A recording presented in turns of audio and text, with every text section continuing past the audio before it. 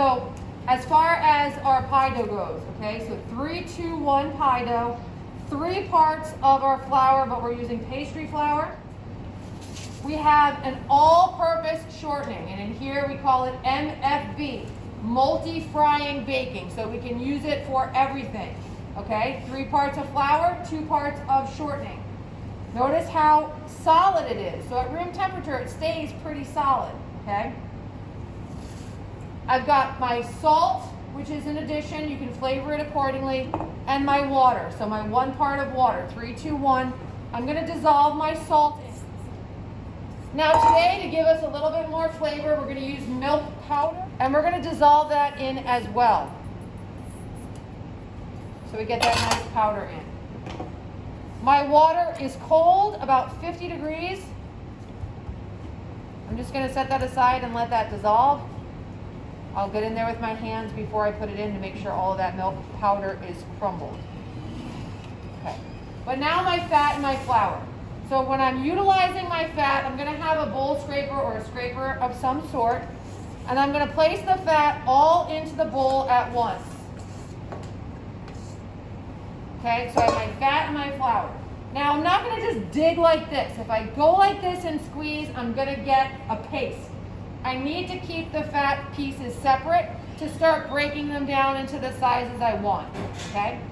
I'm going to coat my hands with flour because I don't want to have a mitten of fat. And I'm going to take and break apart into workable pieces, okay? I just break that fat apart. You saw that in the other chef's video. Keeping coating with flour so that I'm not getting all sticky and gooey. And this is what you'll be doing when you're making up your pie dough. Okay, coating my fingers, breaking it apart. Them apart, keeping my fingers in the flour, moving the fat around.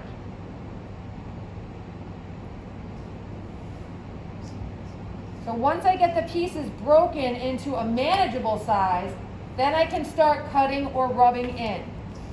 So I'm going to go back and forth and kind of start letting it drop through my fingers. So I want to really have claws versus mittens. I don't want to press my hands like this. I want to keep them cupped.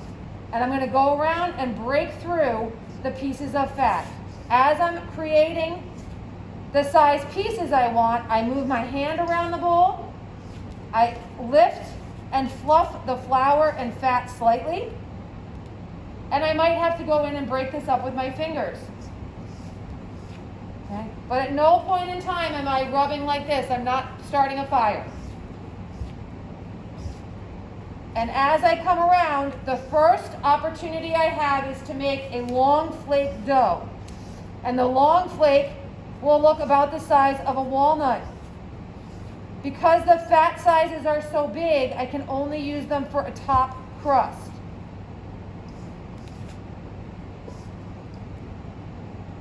Okay, so in here, I'm going to sift away all the flour, and you can see all these larger pieces. Okay, so this is my long flake. 2 types of flaky dough I can create. Top crust only, going to give me a really nice flake.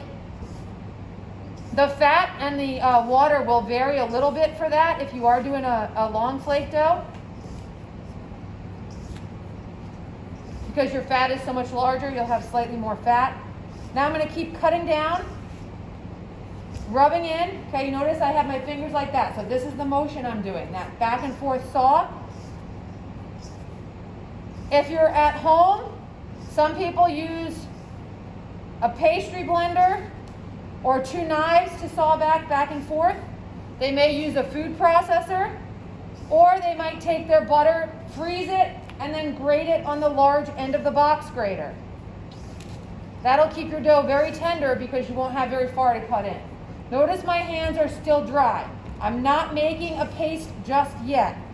I don't want that to happen until I have the water in. So as I'm coming around, I start to get to the short flake consistency, which would be more pea size. As I'm rubbing it, the moisture from the shortening is hydrating the flour. So that serves 2 purposes. One, I can visually see it's changing. Okay? I'm getting my fat sizes smaller So now I've got little peas. This would be my short flake. So I could use this for a top crust again, or a bottom crust if I'm gonna cook that crust first, or bake that crust first. So if I was gonna bake it blind, which means without any filling, then the crust would be solid, and I could put my filling inside of it afterwards. So if I was making a cream pie, bake my crust with this nice short flake, it'll be a little bit flakier, and then add in my filling. Not recommended for a fruit pie. It would be too big. So any liquid you put on top would collapse it and create sogginess in there. So I'm going to continue to rub it in. And I start to feel the moisture in my flour. Fat is a tenderizer. Back and forth. So as I rub it back and forth, it almost looks like boxed cake mix. People describe it as coarse meal. Well, I'm not a miller, so I'm not really looking at coarse meal. It looks like a crumb topping that you would get on your donut at the donut shop. But as the fat and flour mix, these little knobs that are coming in here are no longer pieces of fat separated. It's pieces of dough that start to form. Okay, so rubbing it around. So as it's coming back together, I want to check a little bit more. Okay, but I don't see any visible chunks of fat. That's good, because that's my mealie. If I see visible chunks of fat, then that's areas where the filling can poke through. Okay, so fluffing my hands up, looking for any visible chunks, and now I'm feeling through it. Okay, so all of these little nodules, okay, they're not bubbles of fat. It's just flour and shortening coming together. You can also see my hands are a little bit stickier. Okay, at this point, I want to add in my liquid.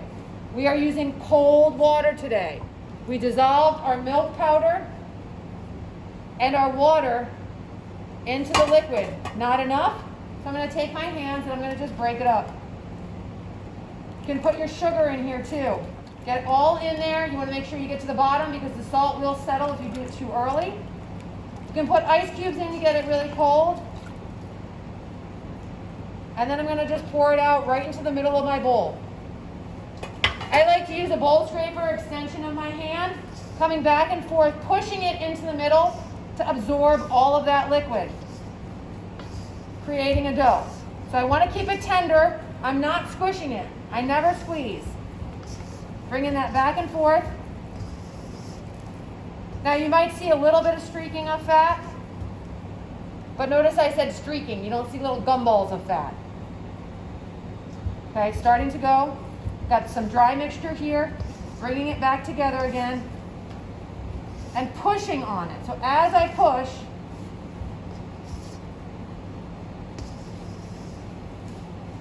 I have now created a dough.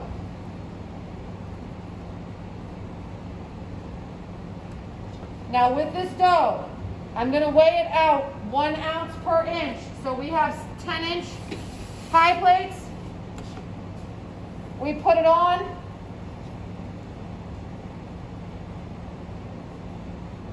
Change my units.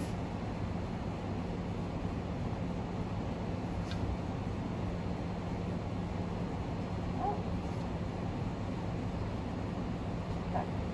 10. So I'm going to go ahead and I'm just going to patty it. Because if I put it in the refrigerator like a big ball, it's going to get solid and it's going to be harder for me to control rolling afterwards. I want to get this cold before I roll it out. It's going to continue to absorb the liquid. It's going to make my dough nice and cold. It's going to relax the gluten, so my gluten will be easier to roll out in my pie crust and to keep it round. So we're scaling out for however many units of dough we get, chilling it in the refrigerator for at least a half an hour, and then we'll come back and we'll roll it out later on into our crust.